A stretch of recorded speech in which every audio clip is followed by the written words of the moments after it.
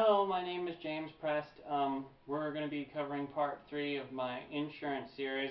This part is just for clarification, but you can view this and other like presentations at answersforadventists.wordpress.com. If you haven't watched the previous 2 parts, do not watch this part because it's not going to make sense and it's just a waste of your time. I was trying to go along pretty fast because I have a lot of information on the insurance thing and there was no way I could have covered it all. So I tried to go over it a little fast. I wanted to clarify something though, because having covered health insurance, life insurance, people always ask me, say, James, what about car insurance? The law requires you to have car insurance. So I want to talk about that, but let's just look at this statement about life insurance real quick, because I believe that you can break commandments and not sin against God. And I'll give you an example how. The 4th commandment says not to work on the 7th day, right? But Jesus says you can save an ox out of the pit on the Sabbath. Well, that's going to involve work, right? See, it's not so much the commandment that's important. It's the principle behind why God gave that commandment. So, for instance, the 4th commandment said the principle of it is remembering God. Well, how are you remembering God while you're allowing His creation to suffer in a ditch? You're not, okay? It's the principle behind it. So what is the principle behind what Ellen White says about life insurance? And again, the reason I use the spirit of prophecy is because people won't believe me if I show them from the Bible. I can do it, and I have. I showed you a whole bunch of examples in the last presentations from the Bible about why I'm against life insurance. But let's look at what Ellen White says. What she's getting at is the principle behind why this is wrong, okay? Testimony to the Church, 549, paragraphs 2, and it's going on. I'll just read from different sections in the chapter. It's not very long. She says, I was shown that Sabbath-keeping Adventists should not engage in life insurance. This is a commerce with the world which God does not approve. Those who engage in this enterprise are uniting with the world, while God calls His people to come out from among them and be separate. Next paragraph. She says, life insurance is a worldly policy which leads our brethren who engage in it to depart from the simplicity and purity of the gospel. So those who do this, they're departing from the simplicity. They're making this more complex than it needs to be. And the purity. If you depart from the purity of the gospel, what happens when you depart from purity? I mean, you become more and more impure, right? So you're departing from the simplicity and the pure righteousness of the gospel by engaging in life insurance. She says, every such departure weakens our faith and lessens our spirituality.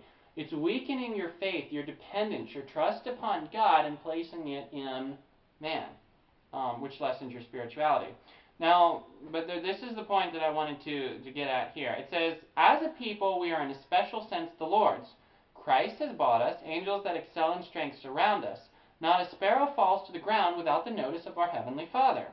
You can read this in the book of Matthew. It says, even the hairs of our head are numbered. God has made provision for His people. He has a special care for them, and they should not distrust His providence by engaging in a policy with the world. This is what I find, if you read it, this is what I find is the key principle behind why we should not be involved in life insurance. Another one is because we're giving means into the world's hands to do for us what God says that He would do for us, okay? But what does it say here? It says, God's people should not distrust His providence by engaging in a policy with the world. God says that He'll take care of us. And if you watched my presentation on God's provision, you would understand exactly what I'm saying. But it would be easier for me to get across to you now. But God has His plan. He has His method of providing for us. And we should not go outside of that to get help, because that's distrusting God. We can go directly to God for help. God will help us. We'll meet the conditions necessary, and He will help us. We don't need to go outside of His direction to get what we need. Just stay within God's direction, okay? And she says it's distrusting His providence to engage in life insurance. Life insurance is what? What did we cover in the previous presentations? It's in case the Lord fails us. In case the Lord's promise fail. God says He'll give us long life. He says, honor your father and mother so shall thy days be long upon the land. Okay? That's what he says. So if you do that, such will be the result. This is what it says, okay? Now, when we get this life insurance, we're saying, well, God does say that, and he does promise that, but in case the Lord's promise fails. See, you're not trusting God's promise anymore. In case it fails, that's doubt, okay? So the issue is distrusting God's providence. It's not necessarily even engaging in a worldly policy. It's not necessarily even spending means into a worldly policy. There are gods that should be used for the gospel. That's all included in here too. But what I find is the main departure from God here is we're distrusting his providence. We're doubting his promises. We're like, well, the Lord might fail us. Okay, that's the problem. Now, car insurance. Taking this principle of distrusting God's providence, the whole reason behind why she's against life insurance, taking the principle behind why she's against life insurance, and applying it to car insurance, is it a distrust of God's providence to get car insurance? In my mind, it's not, and I'll tell you why. See, I don't believe I need car insurance, liability or other. I would never get it. Okay, I do believe it's distrusting God's providence if the law didn't require it. Since the law of the land requires it, I just simply look at it as the state or the government stealing my money. Okay? Because I don't want this service. God says, do what I say and the angel of the Lord will protect you. I take that very literally. Okay? So I do what he says, the angel of the Lord is going to protect me. If the government says, look, you can pay us this money or you're going to get fined for driving without insurance, the law is basically requiring you to pay them. Okay? They're basically stealing your money, saying you have to buy our product. Okay? So I don't look at it as distrusting God's providence because they're stealing from me. Okay? I don't see that at all. Okay? I would not get it if the law didn't require it because I do not see that it's in there. I know that sounds really stupid, but this is what God says. He's never lied to me before. The Bible's never lied to me. The Spirit of prophecy has never lied to me. And it would be foolish for me to depart from what it says to do. Okay? That would just be really foolish to me.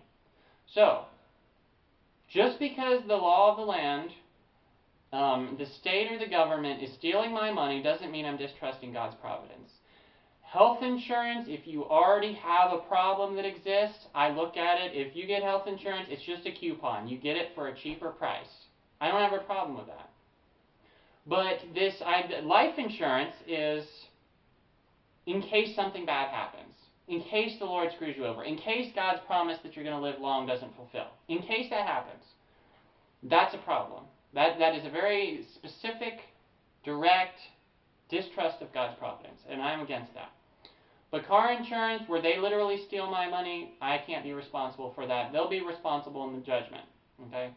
So I wanted to make that clarification because people always bring that up. Well, what about car insurance? You're not going to have car insurance? Well, you're going to get fined and you're going to get in trouble. You go to jail. Blah blah blah blah blah. No, because I'm going to get it because they're stealing from me. Okay? Either way, I can either pay the insurance, which I don't want because the law of the land requires it. So they're stealing my money, or I can get fined. So they take my money or they take my money. So I'll just give it to them and not fight about it, and they're stealing my money. It's real simple.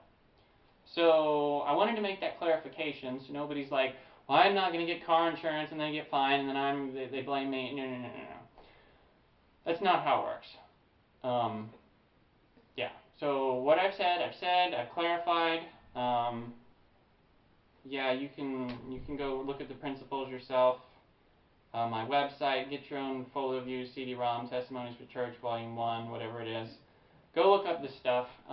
But thanks for watching. I want to make the clarification. I did. God bless, and hope to see you again in another presentation.